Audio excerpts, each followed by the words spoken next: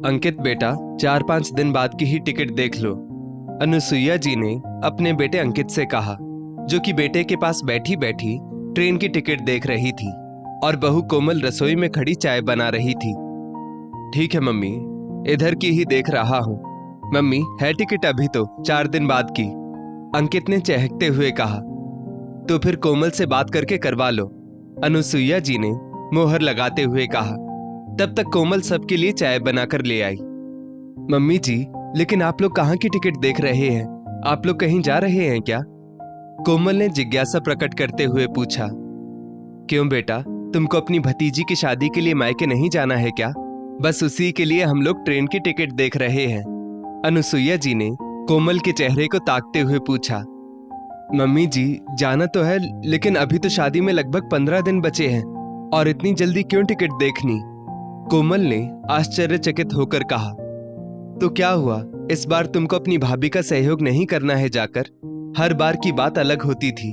अगर तुम्हारे भैया इस दुनिया में होते तो शायद मैं तुमको इतनी जल्दी नहीं भेजती, लेकिन इस बार तो बात अलग है, अनुसुईया जी ने बड़े प्यार से कोमल के सिर पर हाथ फेरते हुए कहा।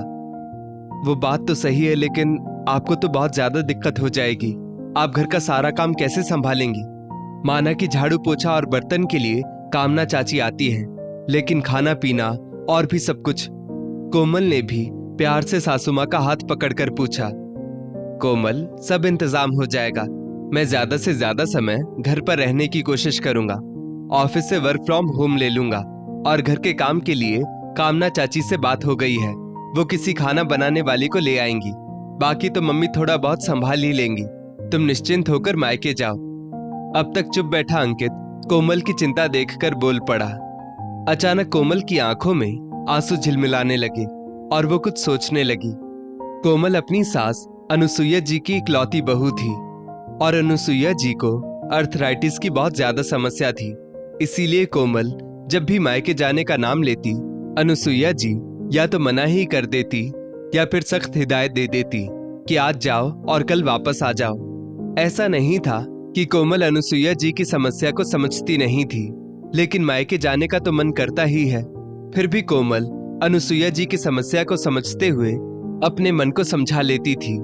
लेकिन इस बार उसकी भतीजी की शादी थी और करीब 6 महीने पहले ही उसके भैया अचानक हार्ट अटैक में भगवान को प्यारे हो गए।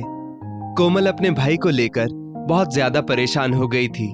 उस समय उसको अपनी भाभी को भी संभालना पड़ा, क्योंकि वो दोनों अकेले भाई बहन ही थे। पापा मम्मी तो पहले से ही नहीं थे। उस समय भी कोमल को अनुसुईया जी ने 2-4 दिन के लिए मायके भेज दिया था, लेकिन इस बार शादी में तो वो कोमल को 20-25 दिन के लिए खुद ही कहकर भेज रही थी कि इस समय उसकी भाभी को उसकी बहुत ज्यादा जरूरत होगी। हालांकि कोमल खुद जल्दी से जल्दी अपने मायके जाने के लिए मन ही मन छटपटा रही थी, लेकिन वो अनुसुईया जी से अपने मन की बात कहने में हिचकिचा रही थी। पर इस बार अनुसुईया जी ने खुद उसकी भावनाओं को समझा और आगे बढ़कर बिना उसके कहे उसके मन की इच्छा पूरी कर दी। कोमल का मन अपनी सास के प्रति श्रद्धा से झुक गया। धन्यवाद मम्मी जी, आपने मेरे और मेरी भाभी के बारे में इतना सोचा। इतना कहकर कोमल अनुसुईया जी के पैरों में झुक गई। कोमल बेटा, इसमें धन्यवाद की क्या बात है? मैं भी एक स्त्री हूँ और स्त्री की भावनाओं को बहुत अच्छी तरह से समझती हूँ। मैं तुमको मायके में ज्यादा रहने नहीं देती, लेकिन क्या करूँ, अपनी शारीरिक स्थिति से मजबूर हूँ। लेकिन इसका मतलब ये तो नहीं कि मैं तुम्हारी भावनाओं की कद्र नहीं करती। तुम खुशी खुशी अपने मायके जाओ और अपनी भाभी की भरपूर मदद करो। और हाँ, तुमको जितने भी रुपए चाहिए अंकित से ले लो, क्योंकि तुम्हारे भैया के ना रहने पर तुम्हारी भाभी को पैसों की भी दिक्कत हो गई होगी।